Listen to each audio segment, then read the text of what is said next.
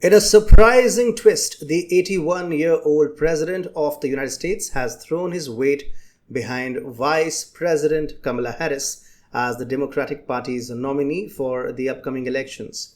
The question now is, will this unexpected endorsement create a rift within the liberal ranks that lasts for years? Welcome to TFI Global, the antidote to mass delusion. Joe Biden's last-minute decision not to run marks a historic change in the 2024 presidential race, with less than a month until the Democratic National Convention on August 19th.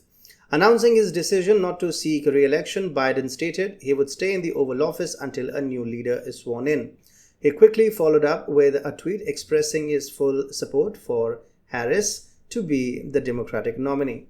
This move sets the stage for some serious political drama. Biden's decision shows a level of self-awareness about his own physical and mental limitations that he previously lacked. However, Harris's belief that she is ready for the presidency is viewed by many as misplaced. Over the past 4 years, she has shown repeatedly that she may not be up to the task. Her public appearances have been awkward, and even her own staff have criticized her management skills. Politically, she has often faltered at crucial moments. Take, for instance, her handling of the southern border crisis. As millions of illegal immigrants flooded into the US, Harris waited over 100 days to visit the border. When questioned about this delay, she awkwardly responded, quote, "And I haven't been to Europe. I don't understand the point that you're making." Such tone-deaf or simply dumb comments have done little to endear her to voters. A recent YouGov poll of 1,582 American adults conducted from July 13 to 16 found that only 39% would vote for Harris if she were the 2024 Democratic candidate, compared to 44% for Trump. This puts her even behind Biden, who would lose to Trump by 41% to 43% according to the same poll. This situation raises important questions about who really holds the power in Washington, D.C. Many believe that Biden and Harris are just the public faces of a much larger, behind-the-scenes network, often referred to as the deep state. This shadowy group, including figures like Clinton's, Obama's, and Pelosi's, is believed to be pulling the strings.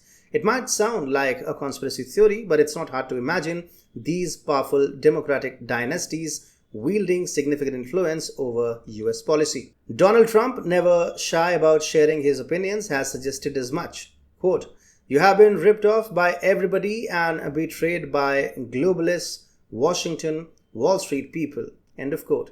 He said at a New Hampshire event. He also hinted that Obama might still be calling the shots, referring to him as Biden's boss. Obama himself has added fuel to the fire. In 2020, he told Stephen Colbert that he would have been happy to serve a third term if he could have had a stand-in do the public part of the job while he remained behind the scenes. This description eerily fits the narratives of a deep state running things from the shadows. Former House Oversight and Government Reform Committee Chairman Jason Chaffetz also weighed in, stating, quote, "The deep state is real. They don't like exposure, accountability, or responsibility. They fight back, outlast, and work the system to their advantage." End of quote. Whether or not you believe in the deep state, there is no denying that the most influential names in Washington are determined to keep Trump out of the Oval Office. The big question now is whether Kamala Harris can win a head-to-head battle against him. Many doubt her ability to do so, pointing to her lackluster 2020 presidential campaign, where she dropped out before the primaries began. However, there is one caveat.